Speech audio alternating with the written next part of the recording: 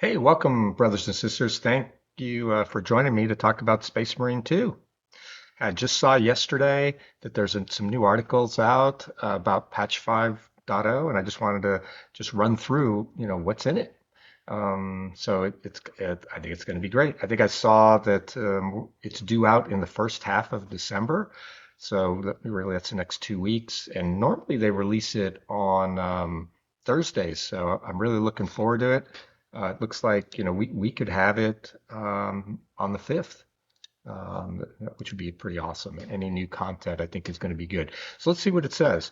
Warhammer 40K Space Marine 2 patch adds Dark Angels chapter pack. Okay, that's kind of good. New operation. That's awesome. I think that's definitely going to be my favorite part.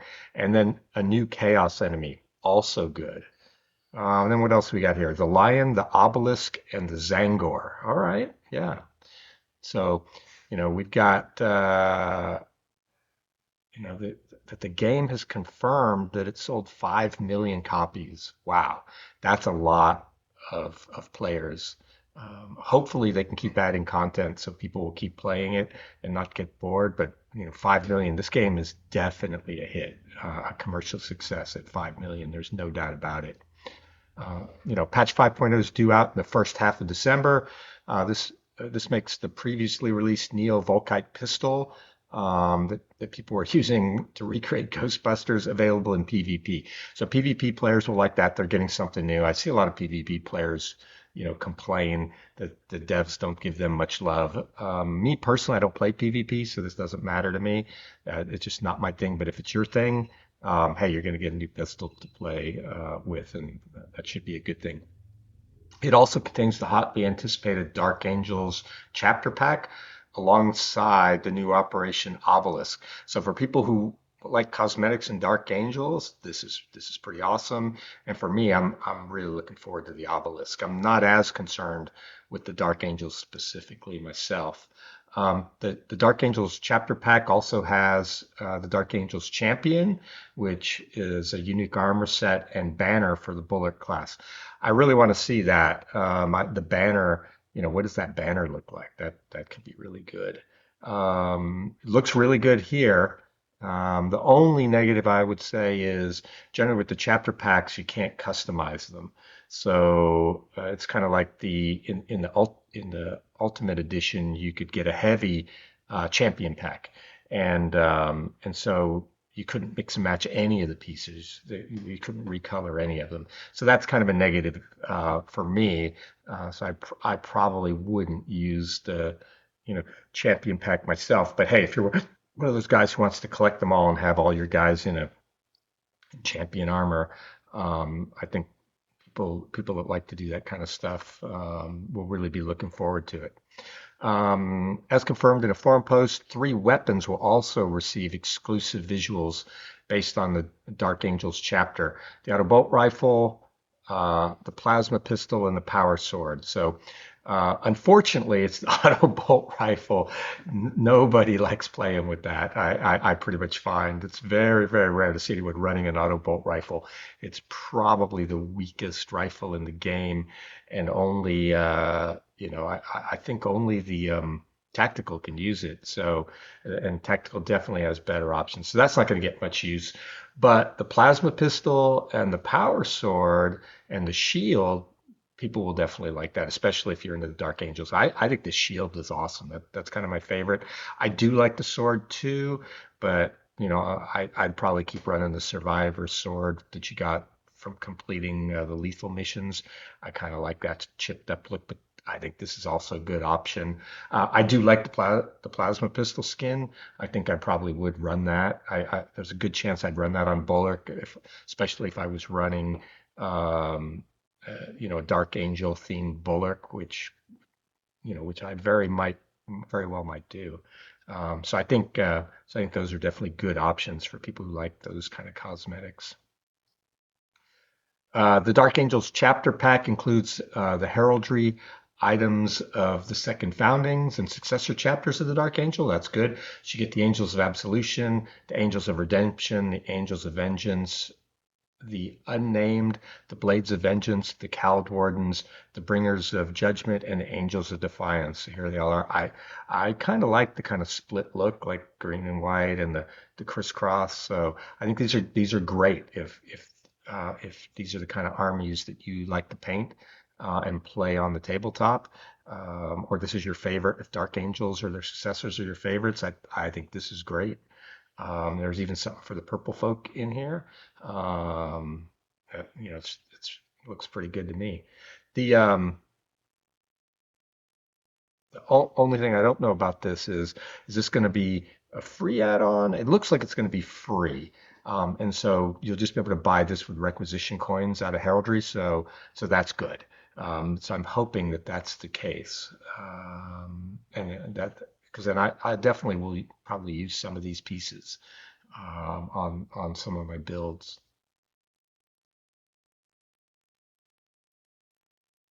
And then I think for me, the other than the shield, I really did like that shield. I think the helmet, I really like that we're gonna get, the Mark 8 Raven Wing helmet. I like it better than the Primaris helmet personally. What would be cool if you could do this and then and also be able to change the symbol. So if you could put like the Death Watch symbol on it or one of the other ones onto onto the Ravenwing, the Mark 8 Ravenwing helmet, I think that would be really cool. But anyway, I'm looking forward to that helmet and seeing how it looks in my builds. And then yeah, so here's the kitted out non-champion kind of standard Dark Angel. I like it. And then we're also going to get colored lenses. Hopefully that'll be all helmets. Today there's only a couple of color lens options, and they're really helmet specific. If you get this helmet, it's got a green one. If you get this helmet, it's got a red one, and that's pretty much it. So hopefully you can change this on all the helmets. You probably won't be able to do it on the champion ones, but hopefully you can do it on all the rest. I kind of like it. So a lot of good new cosmetics for people. Now, my favorite part, the new Operation Obelisk sends players to Demirium. You need to rotate a replica of the obelisk to disrupt the flow of energy, protecting the Aurora device to reach the console control on the obelisk. You'll have to make it through a tomb plunged into darkness. The operation takes place in parallel to the final events of the campaign. Um, right now, I think for me, the lack of content is kind of telling. We only have the seven current operations, and they can get repetitive. And in general, I don't really like the chaos missions. So adding a new chaos mission, I'm looking forward to that. The My problem with the other chaos missions isn't the mobs. I think they're fine. My problem is that they're kind of puzzle type missions. You don't actually have a boss fight to fight the Helldrake. You really just kind of run around and pick the right room. So it's a puzzle. And on the other one, you basically when you get to the end, you just run around and around and kind of hold your ground at the altars and break the crystals. And so for me, that's kind of that's not my favorite type of mission.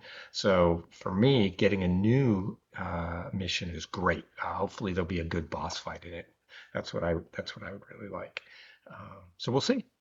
And then, as fans spotted previously in the release trailer, this new operation adds a Zangor Enlightened Majoris.